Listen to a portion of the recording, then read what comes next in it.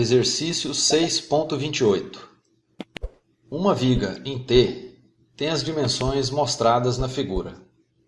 Se for feita de um material elástico perfeitamente plástico, com tensão de escoamento por tração e por compressão igual a 250 MPa, determine o momento plástico ao qual a viga pode resistir. A figura ilustra as dimensões da viga. Observações. A seção transversal não é simétrica em relação ao eixo horizontal. O eixo neutro não passa pelo centroide da seção. A posição do centroide fica numa posição D menor do que 120 mm. Assim, como no exercício anterior, dividimos a peça em três partes.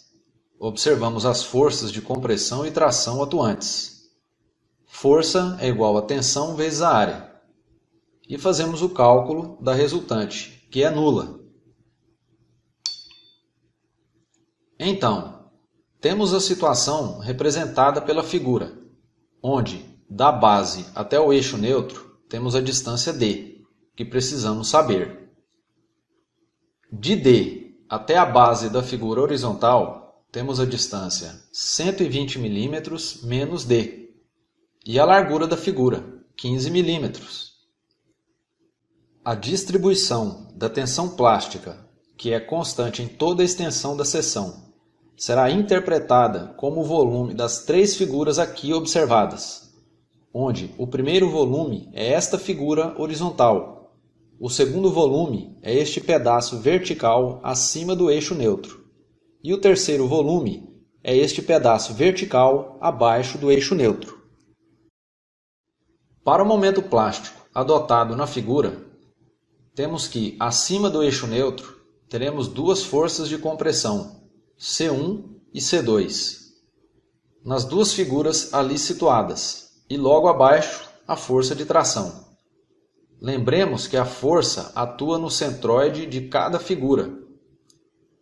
Assim, pelo equilíbrio das forças, com convenção definida pelo sentido positivo para a esquerda e o sentido negativo para a direita, T menos C1 menos C2 é igual a zero. A tensão, ou seja, a profundidade das figuras, é 250 MPa, conforme indicado no enunciado. As áreas são facilmente calculadas. Recordamos a equivalência entre o volume, área da base vezes altura ou profundidade, e a força, que é igual à área da base vezes a altura ou profundidade, que é a tensão. A ordem dos fatores não altera o produto. Assim, para T, 250 MPa vezes a área, que é igual a 0,015 metros vezes D. Para C1, 250 MPa vezes a área, que é igual a 0,015 metros vezes 0,12 metros menos D. E para C2, 250 MPa vezes a área, que é igual a 0,015 metros vezes 0,1 metros, observamos que temos na equação uma única incógnita, que é D. Logo, resolvendo a equação, temos que D é igual a 0,110 metros, ou seja, a posição do eixo neutro em relação à base, confirmando a afirmação feita anteriormente de que D é menor que 120 mm.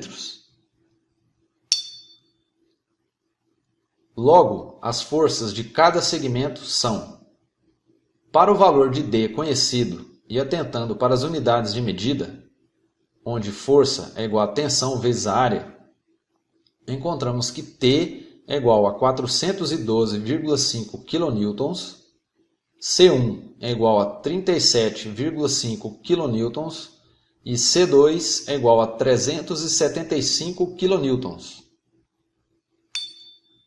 Enfim, calcularemos o momento plástico resultante em torno do eixo neutro, que é a soma dos três momentos.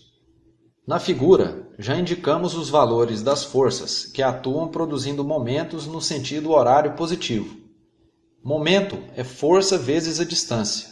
Então, 412,5 kN atuando a 0,110 dividido por 2 metros de distância do eixo neutro, mais 37,5 kN atuando a 0,01 dividido por 2 metros de distância do eixo neutro, mais 375 kN atuando a 0,01 metros, mais 0,015 dividido por 2 metros de distância do eixo neutro. Resolvendo as contas e atentando para as unidades de medida, encontramos um momento plástico de 29,44 kN vezes metro,